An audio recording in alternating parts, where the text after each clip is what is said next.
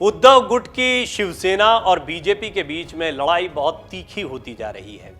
शिवसेना के उद्धव गुट ने अपने मुखपत्र सामना में एक बार फिर भाजपा पर निशाना साधा है। सामना के अग्रलेख में ऑपरेशन लोटस की तुलना वैश्विक आतंकी संगठन अल कायदा से कर दी गई है। इस तरह बीजेपी को आतंकवादी संगठन करार देने की कोशिश की गई है। शिवसेना के मुखपत्र सामना में महाराष्ट्र में सत्ता से बेदखल हुई शिवसेना ने कहा कि भाजपा ने भगवान विष्णु के प्रिय पुष्प कमल को बदनाम कर दहशत पैदा करने वाला बना दिया है।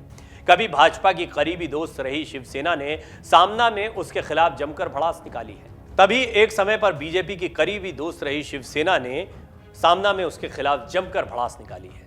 दिल्ली की आम आदमी पार्टी सरकार को गिराने के लिए शुरू किया गया ऑपरेशन लोटस फेल हो गया और भाजपा की पोल खुल गई, इस तरह की बातें सामना में लिखी गई हैं। शिवसेना ने हालिया सियासी घटनाक्रमों के माध्यम से बीजेपी पर आरोप लगाए हैं। सामना के लेख में शिवसेना ने दिल्ली के मुख्यमंत्री अरविंद केजरीवाल के उस दावे का जिक्र किया जिसमें उन्होंने कहा था कि आप सरकार गिराने के लिए चलाया गया ऑपरेशन लोटस फेल हो गया है।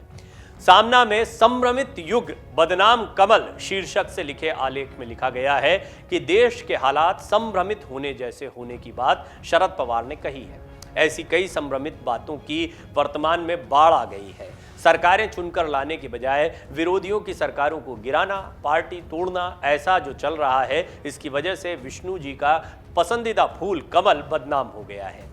ऑपरेशन लोटस अर्थात कमल अल कायदा की तरह दहशतवादी शब्द बन गया है। दिल्ली की सरकार को गिराने के लिए शुरू किया गया ऑपरेशन कमल फेल हो गया है। भाजपा की पोल खुल गई है, ऐसी घोषणा मुख्यमंत्री अरविंद केजरीवाल ने की है। ये सारी बातें सामना में लिखी गई हैं। बिहार में भी ऑपरेशन कमल नहीं चला और तेलंगाना के मुख्यमंत्री केसी चंद्रशेखर राव ने अमित शाह को खुली चुनौती दी कि ईडी, सीबीआई आदि लगाकर मेरी सरकार गिराकर दिखाओ। महाराष्ट्र में ईडी के डर से शिंदे गुट घुटनों के बल बैठ गया। ऐसे अन्य राज्यों में कोई भी झुकने को तैयार नहीं है। सबसे महत्वपूर्ण घटनाक्रम दिल्ली राज्य में घटित हुआ। शिवसेना ने लिखा कि ईडी, सीबीआई का इस्तेमाल करके केजरीवाल की सरकार को गिराने का प्रयास चल रहा है। दिल्ली सरकार की शराब नीति, उनकी आबकारी नीति, उनके द्वारा मद्य विक्रेताओं को दिए गए ठेके, ये भाजपा के दृष्टिकोण से आलोचना का विषय होगा। लेकिन यह निर्णय व्यक्तिगत नहीं था बल्कि पूरी सरकार का था और इसमें दिल्ली के नायब राज्यपाल का भी समावेश होता है। लेकिन कैबिनेट के निर्णय का ठीकरा उप मुख्यमंत्री मनीष सिसोदिया पर फोड़कर उनके खिलाफ सीबीआई ने छापेमारी की। उन्हें इस प्रकरण में 1 नंबर का आरोपी बनाया गया और यह प्रकरण अब ईडी के पास है, मतलब भाजपा की विशेष शाखा के सुपुर्द कर दिया गया है।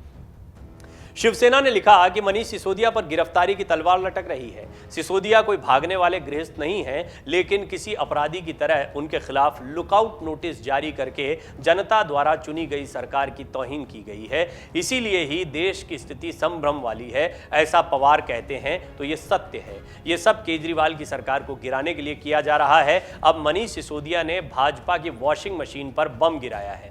सामना में शिवसेना ने भाजपा पर निशाना साधते हुए लिखा, केंद्र सरकार और उनके प्रमुखों को 2024 को लेकर डर लग रहा है। ये डर केजरीवाल, ममता, उद्धव ठाकरे, नीतीश कुमार और शरद पवार का है। इन प्रमुखों को अपने साये से भी डर लगता है। इसीलिए नितिन गडकरी और शिवराज सिंह चौहान के भी पीछे पड़ गए हैं, ऐसा लगता है। इतना बड़ा बहुमत होने के बावजूद इन लोगों को डर क्यों लगता है? इसका एक ही उत्तर है, उनका बहुमत पवित्र नहीं है, वो चुराया गया है। सामना में शिवसेना ने भाजपा पर निशाना साधते हुए आगे लिखा है कि केंद्र सरकार और उनके प्रमुखों को 2024 को लेकर डर लग रहा है। और जैसा कि हमने आपको बताया कि एक मोर्चा तैयार होने की बात हो रही है जिसमें कई चेहरे दिखाई देते हैं।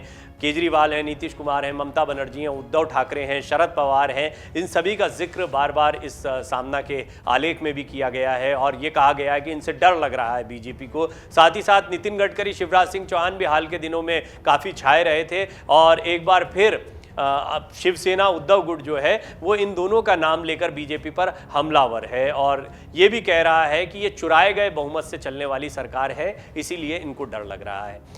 इस आलेख को समझना चाहिए। दरअसल उद्धव की बात कहें या शिवसेना के मुखपत्र की बात कहें, इसको एक औपचारिक बात कहा जाता है शिवसेना की।